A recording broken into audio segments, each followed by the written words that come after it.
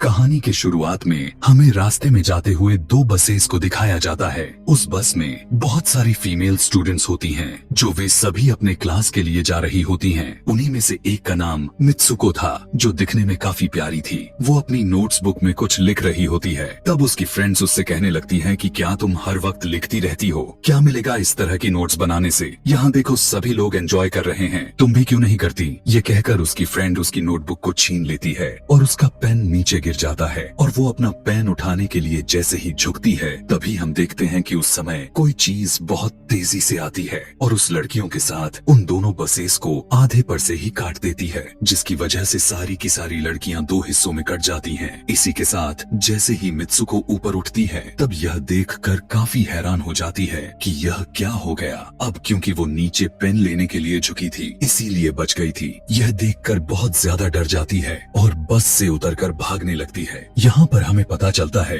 कि इन सभी को काटने वाली चीज कुछ और नहीं बल्कि हवा ही थी, जो सभी को काट रही थी। यह हवा अब मित्सुको के पीछे भी पड़ जाती है। यह देखते हुए मित्सुको चिल्लाते हुए काफी तेजी से भागने लगती है। भागते समय उसे आगे चार लड़कियां और भी दिखाई देती हैं और वो उन्हें झुकने के लिए कहती हैं, लेकिन काफी देर हो चुकी थी। वो हवा उन्हें भी आधे पर से काट कर चली जाती है। लेकिन उनमें से मित्सुको एक लड़की को बचा लिया था कि तभी इन्हें कुछ साइकिलिंग करते हुए लड़कियां नजर आती हैं, जो कहीं पर जा रही थीं। उन्हें भी ये बचाने की कोशिश करती हैं, लेकिन वो हवा उनके साथ भी वही करता है जो अभी इनके दोस्तों के साथ हुआ। और इसी दौरान वो लड़की भी मारी जाती है, जिसे अभी उस अदृश्य चीज से बचाया था। अब वो यह देखकर काफी डर जाती है और वो इधर उधर भागने लगती है। आगे हम देखते हैं कि मित्सुको जब एक नदी के पास जाती है, तो वो यह देखकर हैरान हो जाती है कि उस नदी में भी पहले से बहुत सारी डेड बॉडीज पड़े हुए थे, जिसने हवा ने यानी उस अदृश्य चीज ने काट दिया था। वहाँ से वो एक डेड बॉडी के कपड़े लेकर चेंज कर लेती है। अगले सीन में हम देखते हैं कि मित्सुको चलते चलते एक स्कूल में पहुंच चुकी है, जहाँ पर और भी बहुत सारी फीमेल स्टूडेंट्स थीं। उनका यूनिफॉर्म मित्सुको के यूनिफॉर्म से काफी डिफरेंट था, यानी यह भी था कि वो तो उनके स्कूल के स्टूडेंट तो नहीं थी कि तभी एक लड़की मित्सुको के पास आती है और उससे कहने लगती है कि तुम कैसी हो। दरअसल देखा जाए तो वो लड़की उसकी बेस्ट फ्रेंड थी, लेकिन मित्सुको उससे पूछती है कि क्या तुम सच में मेरी बेस्ट फ्रेंड हो, क्योंकि उसे कुछ भी समझ में नहीं आ रहा था कि उसके साथ हो क्या रहा है। वो काफी सदमे में थी। यहाँ पर हम यह भी जान पाते हैं कि मित्सुको और उसकी बेस्ट फ्रेंड काफी ज्यादा एक दूसरे को प्यार करती हैं कि तभी वहीं पर तेज हवा चलती है और मित्सुको डर कर बिल्डिंग के अंदर चली जाती है। उसकी बेस्ट फ्रेंड को कुछ भी समझ में नहीं आ रहा था कि ये हो क्या रहा है। वो मित्सुको से पूछने लगती है कि तुम इतना ज्यादा कांप क्यों रही हो और इतना ज्यादा डरी क्यों हो, तुम्हें हो क्या गया है। तब मित्सुको अपने बेस्ट फ्रेंड को सब कुछ बता देती है कि किस तरह से एक हवा का झोंका आया और उसके स्कूल के सभी स्टूडेंट्स को काट कर चली गई। यह सुनकर उसकी दोस्त उसे विंडो के पास ले जाकर उसकी हाथ बाहर निकाल कर कहने लगती है कि ये देखो, ये बस हवा है और कुछ नहीं। यहाँ पर मित्सुको के दिल को कुछ शांति मिलती है और इसे लगने लगता है कि शायद ये मेरा ख्वाब ही हो सकता है। जिसके बाद मित्सुको का बेस्ट फ्रेंड अपने दो और दोस्तों को लेती है और क्लास को बंद करने का प्लान बनाती है। जैसे ही ये चारों क्लास के बाहर जाने के लिए निकलने ही वाली होती हैं कि तभी वहाँ पर उनकी टीचर आ जाती हैं और उन्हें देख लेती हैं, लेकिन वो चारों वहाँ से भाग जाती हैं। वे चारों भागते भागते एक लेक पर आ जाती हैं। वहाँ पर मित्सुको की बेस्ट फ्रेंड अपने दोनों दोस्तों को भी उसके ख्वाब के बारे में बताती है। तभी उनमें से एक लड़की कहती है कि हो सकता है कि यह सच हो,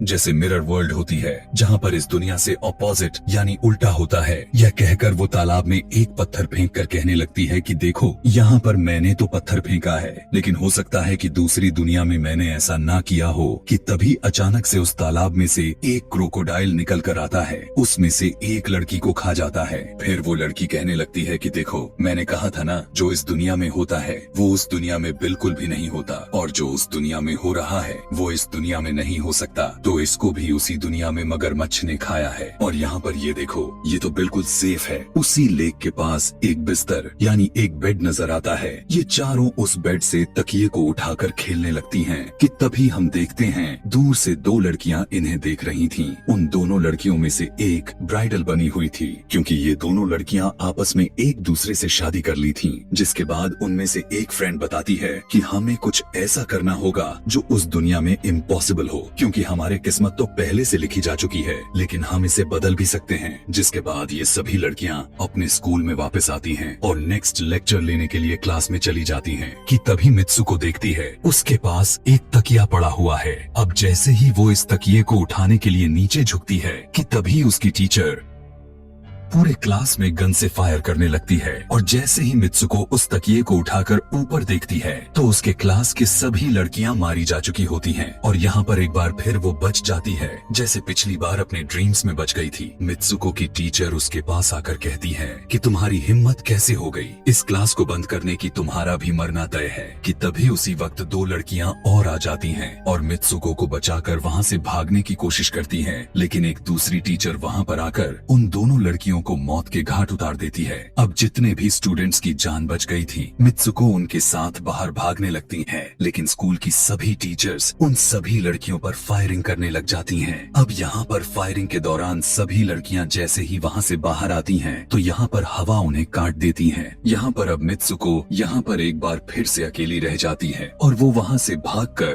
क्राउड एरिया से होता हुआ पुलिस स्टेशन में जाती है। वो वहाँ पर सब कुछ बताने लगती है। उसकी यह बात सुनने के बाद पुलिस वाली लड़की उससे कहती है कि लेकिन तुमने स्कूल वाली कपड़े तो नहीं पहने हुए हैं। और जब वो उसके सामने एक मिरर को रखती है तब मित्सुको उस मिरर में देखती है कि वो तो एकदम से बदल गई होती है और लोग उसे मित्सुको के नाम से नहीं बल्कि उसे किसी और नाम से बुला रहे थे। यहाँ पर हमें पता चलता है कि उसकी शादी होने वाली थी। तब वही पुलिस ऑफिसर उसे उसकी शादी के लिए लेकर जाती है। यह देखकर आसपास के लोग उसे कॉन्ग्रेचुलेशंस दे रहे थे। अब जैसे ही वे सभी उसे लेकर चर्च पहुँचते हैं तो मित्सुको को बेस्ट फ्रेंड भी वहीं पर मौजूद होती है। मित्सुको उससे पूछने लगती है कि यह सब मेरे साथ क्या हो रहा है। तब उसकी दोस्त उससे कहती है कि अभी खामोश रहो, हम अभी किसी के कंट्रोल में हैं, बस जैसा मैं कहूँ तो तुम वैसा ही करो। और यह कहते हुए वो उसका वेडिंग ड्रेस पहनाती है और उसे वहाँ जाने के लिए कहती है। अब जैसे ही वो अपनी मैरिज सेरेमनी के लिए आगे बढ़ती है तो वहाँ की सभी लड़कियाँ उसका मजाक उड़ाने लगती हैं। यह देखकर उसकी बेस्ट फ्रेंड एक एक करके सभी को मारना शुरू कर देती है।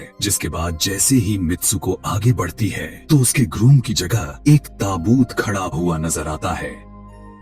उस ताबूत को खोले जाने पर एक बड़ा पिग बाहर निकल कर आता है। मित्सुको उसे देखकर काफी ज्यादा डरने लगती है और एक टूटी हुई बोतल से उस पर अटैक कर देती है। जिसके बाद मित्सुको और उसकी बेस्ट फ्रेंड चर्च से भागते हुए बाहर आ जाती हैं। यहाँ गेट पर भी दो लड़कियाँ इन्हें रोकने की कोशिश करती हैं, लेकिन मित्सुको की बेस्ट फ्रेंड इन्हें मारकर वहाँ से भाग जाते हैं। उधर मित्सुको दूसरी तरफ भाग रही थी क्योंकि अब उसे लगने लगा था कि उसके साथ कुछ ज्यादा ही गलत हो रहा है। आगे जाने पर एक और मिरर में खुद को देखती है तो वो एक बार फिर से खुद को बदला हुआ पाती है। अब जिस जगह पर मित्सुको थी वहीं पर रेस हो रही थी कि तभी उसके पास कुछ लड़कियां आकर उससे कहने लगती हैं कि तुम तो बहुत अच्छी रेसर हो, खड़ी क्यों हो, भाग क्यों नहीं रही। और जब वो भागना स्टार्ट करती है तब वो खुद में काफी एनर्जी फील करने लगती है। जिसके बाद मित्सुको रेस जीतने की पूरी कोशिश करने लगती है।